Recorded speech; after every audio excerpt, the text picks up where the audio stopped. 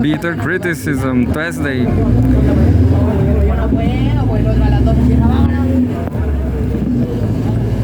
Yeah, I got some notifications from the bank saying I bought. I guess I bought the. Yeah. I don't understand. Chile tobacco, but I just paid the water bill, not cheap.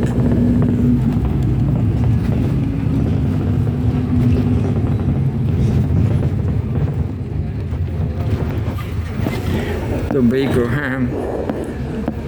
Funny, today I smoked some tobacco, some cigarette.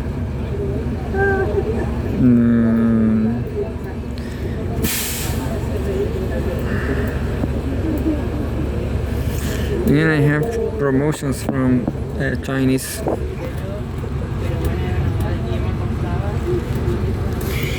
Too expensive. I'm going to read. I don't know.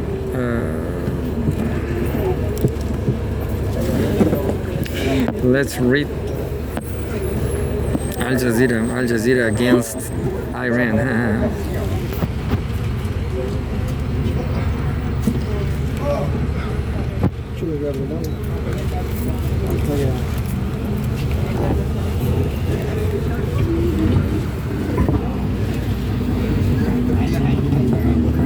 Al Jazeera news live update about everything that's happening.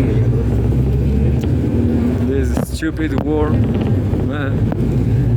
Breaking news: Iran denies President Trump's claim that it wants to make a deal. Casualties reported after missile attack on Tel Aviv. Pakistan Foreign Office tells Al Jazeera it is willing to host US-Iran talks.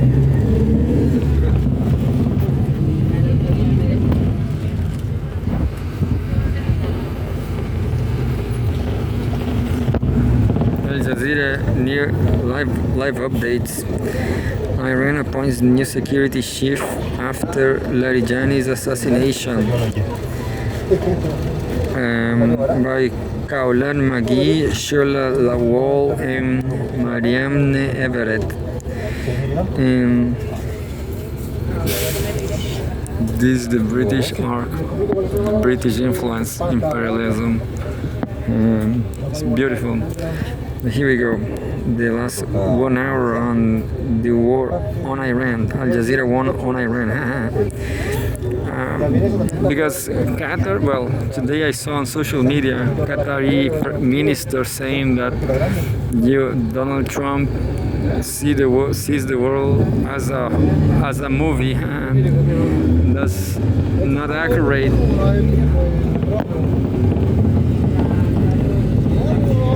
Some Qatari ministers just saying that Trump is stupid. I'm going to read this last 1 hour. Iran has named Mohammad Bagher Sogard as the new Secretary of the Supreme National Security Council.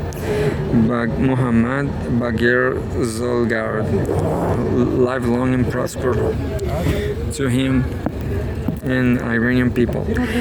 Iranian missiles have created impacts in several areas of Tel Aviv, causing major buildings damage and at least 4 casualties. Well, I guess by this time it's 19 casualties. And let's see what Al Jazeera is saying about that. U.S. President Donald Trump announced that discussions are ongoing with Iran to determine whether a broader agreement can be reached, and saying that, quote, this time Iran means business. They want to settle. They want peace, end quote. They then deny that talks with the U.S. are taking place, with Iran's parliamentary speaker saying such claims are, quote-unquote, fake news and being, quote-unquote, used to manipulate financial and oil markets. Despite Trump's comments, U.S. Central Command says U.S. forces, quote-unquote, continue to aggressively strike targets in Iran as Iranian missiles and drones continue to target Gulf countries, including Bahrain, Saudi Arabia, and Kuwait overnight. Qatar, not anymore. Qatar was attacked by Israel too. That was the graphic is saying, the previous graphic. We're going to see the graphic now too. 2 minutes ago, Wednesday, March 24, Trump approval rating falls amid Iran war, rising fuel costs. US President Donald Trump's approval rating has fallen to 36%, its lowest level since he returned to office, according to a Reuters Ipsos poll. The 4-day survey, which closed yesterday, showed a drop from 40% in the previous week amid rising fuel prices and growing disapproval of the war with Iran. Support from U.S. strikes on Iran also declined, with 35% approving and 61% disapproving, the poll found. Public sentiment has also worsened over the cost of living, with just 25% approving of Trump's handling of the issue, as gasoline prices have risen since the U.S. launched coordinated strikes on Iran, leading to disruption along the Strait of Hormuz. The online poll surveyed 1,272 U.S. adults and had a margin of error of 3 percentage points. 14 minutes ago, UAE condemns Iran over attacks in Bahrain.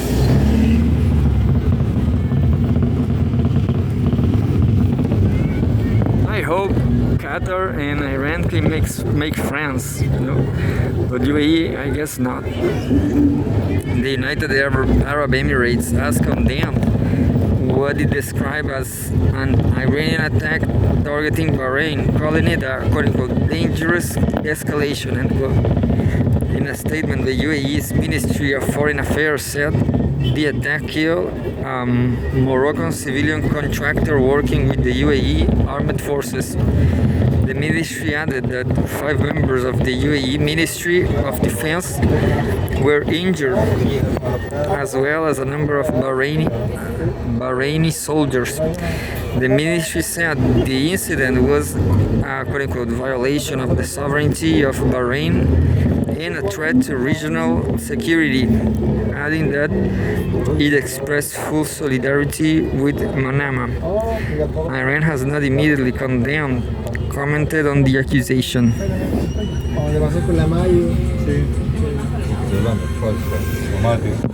21 minutes ago, the effects of U.S.-Israel war on Iran felt across country by Ali Hashem, reporting from Tehran. People have been slowly adapting their lives to the new situation over the past 3 weeks. Almost 28 out of Iran's 31 provinces have been struck by Israel and the United States. Even just today, Tehran was targeted several times, mainly the eastern part of the city, which is struck on a daily basis. There was also a massive overnight explosion in central Tehran. The western part of the capital has also been attacked. Today, there was an airstrike in Isfahan, while the most significant one took place in Tabriz, in northwest Iran, where 9 people were killed.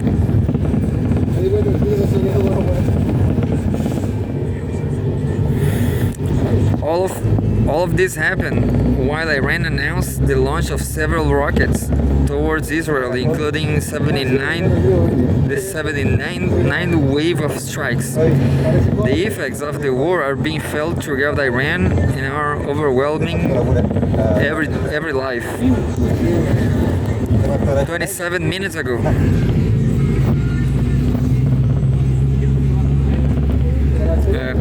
trust no important to begin Iran-US talks, as Pakistan today signaled readiness to host negotiations to end the war. Iran's trust in the US, or the lack of it, should not be the primary factor in potential talks.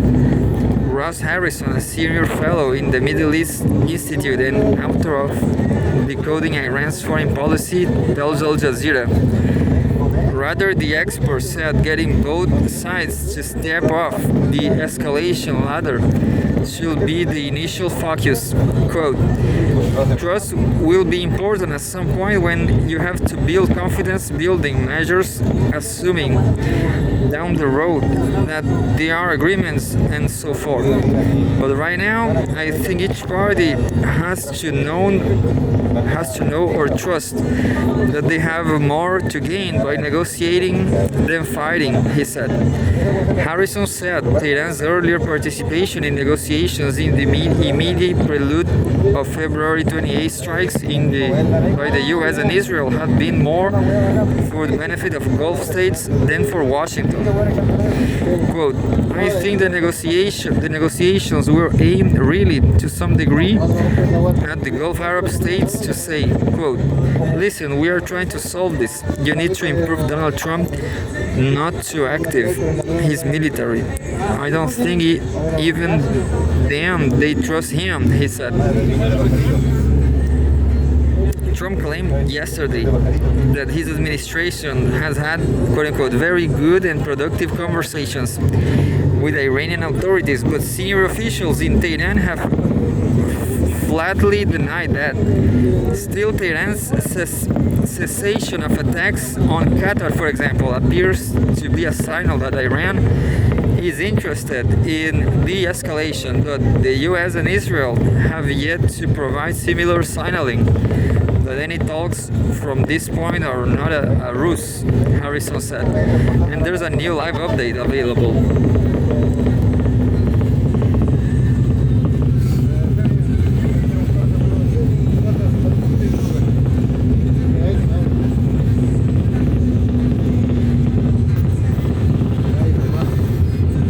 News by Norode.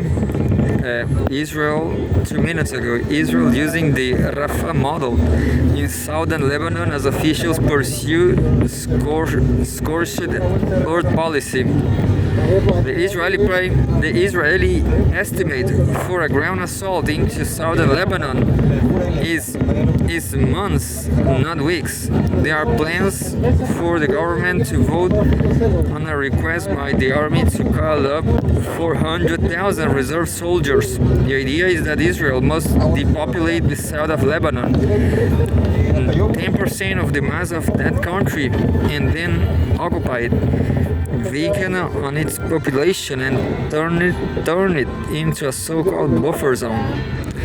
The parallels are being drawn by Israeli officials to the situation in Gaza, to the Yellow Line, which has managed to take up more than 50% to the territory. The Israeli Minister of Defense himself has instructed the army to demolish Lebanese homes and villages that are near the border, exactly as he did in Gaza.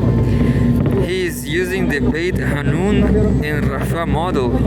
Those were his own words during those instructions. So that's the plan, and it will take months. It does explain why the government also plans to extend the state of emergency until mid-April. Rockets are not stopping from Lebanon, and missiles are certainly not stopping from Iran. Normal life, education, the economy, all of it cannot resume normally so long as Israel conducts these two wars. And let's go back to the 1 hour ago, I guess.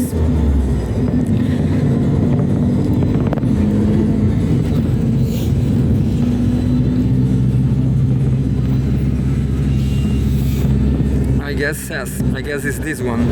44 minutes ago, Israeli medics say one person killed, 2 injured in rocket fire from Lebanon. Israel's ambulance service Magen David Adom says that one person has been killed and two others injured by rocket fire from Lebanon into northern Israel. A woman in her 30s was killed by a rocket impact at the Mahanajin junction in northern Israel. Read the statement. Magen David Adom says its medics declared the woman's death at the scene and treated two others who were lightly wounded by shrapnel. And 1 hour ago, finally, Turkey says no problem with gas flow from Iran. Turkey's energy minister Alparslan Bayraktar says there are no problems with natural gas flow from Iran and that the country's storage facilities are 71% full, according to his comments to reporters after a cabinet meeting. Turkish media quoted Bayraktar as saying, quote, "There are no problems with the gas flow from Iran," end quote. His comments came after an earlier media report that flows had stopped. And that's pretty much everything. There's a news about Hezbollah too.